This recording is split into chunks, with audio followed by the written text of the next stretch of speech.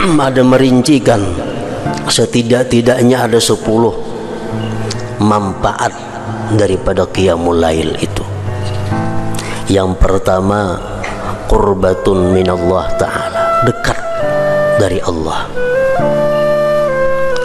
Orang yang sembahyang qiyamul lail, orang yang sembahyang di tengah malam itu, dia dekat dengan Allah.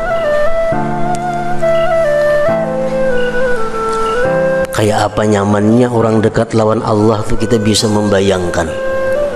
Dekat lawan orang sugih aja nyaman. Dekat dengan orang sugih aja nyaman. Apalagi dekat dengan yang maha sugih. Dekat dengan camat saja nyaman. Apalagi dekat dengan yang maha kuasa. Dekat dengan orang kuat merasa aman, merasa terlindungi. Apalagi dekat dengan yang maha kuat. Nah, di waktu kita qiyamul lail, di waktu kita bangun tengah malam sembahyang, di situ kita dekat dengan Allah Subhanahu wa taala. Rasulullah bersabda, aqrabu ma yakunu rabb minal abdi fi jawfil lail, fa in istata'ta an takuna mimman yadhkurullah fi tilka as-sa'ah fakun. Rawahu Tirmidzi. Paling dekat Allah daripada hambanya di tengah malam. Jika engkau mampu bahwa engkau termasuk orang yang berzikir pada tengah malam itu, maka lakukanlah olehmu.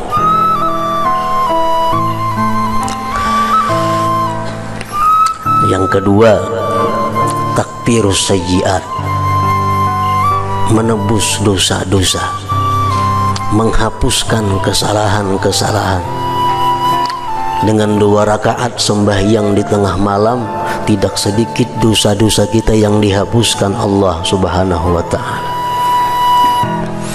Yang ketiga, manhatun anil ismi, menjaga diri daripada dosa. Orang yang istiqamah qiyamul lail, dia jauh dari dosa,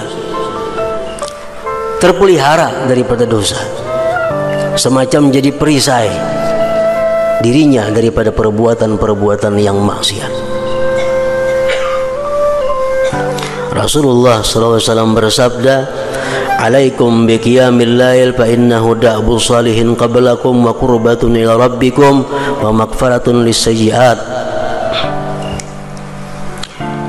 wa manhatun anil itsmi wa matradatun lidda'i anil jasad. Ujar Nabi kita, lazimi qiyamul lail. Lazimi artinya gawi terus menerus, karena itu adalah kebiasaan orang-orang saleh yang dahulu, dan itu merupakan pendekatan kepada Tuhan dan penebus daripada segala macam kesalahan dan dosa. Yang keempat, matradatun lidda anil jasad. Qiyamul lail itu berfungsi, berguna juga untuk menolak penyakit. Penyakit apa? Allah yang mengetahui. Yang jelas, orang yang qiyamul lail itu akan terhindar dari penyakit-penyakit yang mengganggu ibadahnya kepada Allah. Misalnya penyakit lali. Orang yang qiyamul lail akan terpelihara daripada lali. Makan ganjang akal kadeda, makan 3 piring habis, makamih kada bepada. Kalau qiyamul lail itu lazim, istiqamah, terhindar dari penyakit itu. Yang kelima, syaraful mukmin, kemuliaan orang mukmin. Orang mukmin itu punya kemuliaan, letaknya di qiyamul lail.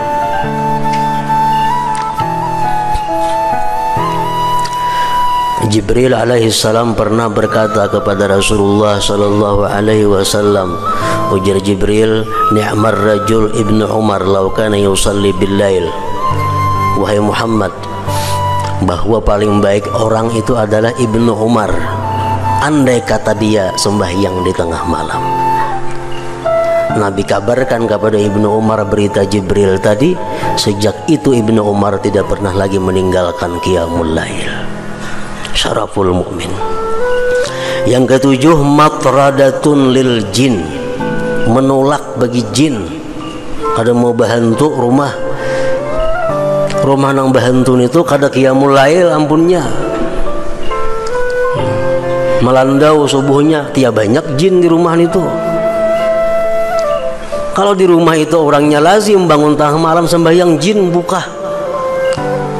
Karena sembahyang tengah malam itu matradatun lil jin, menolak, mengusir bagi jin. Yang ketujuh, alamatu hubbillahi ta'ala lahu, tanda Allah cinta baginya.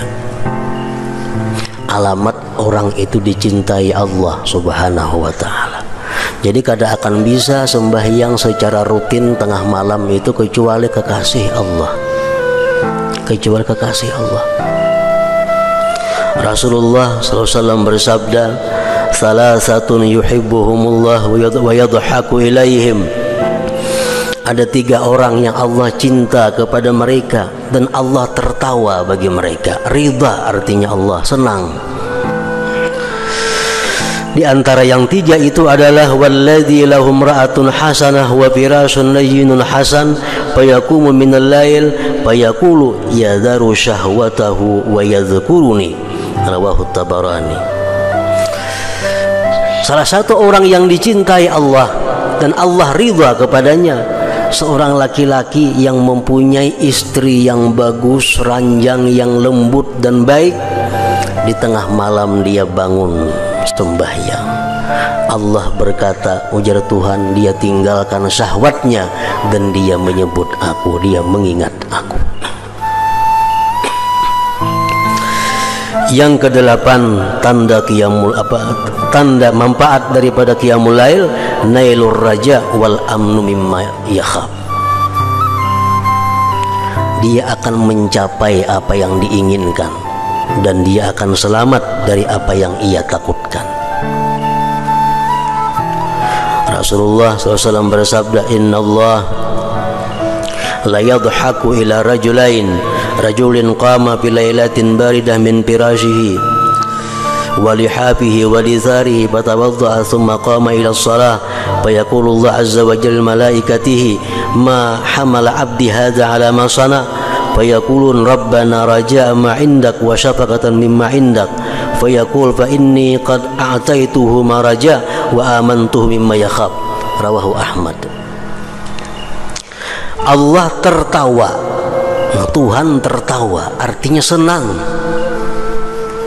Allah sangat senang kepada laki-laki yang bangun di tengah malam yang dingin dari hamparannya, dari selimutnya.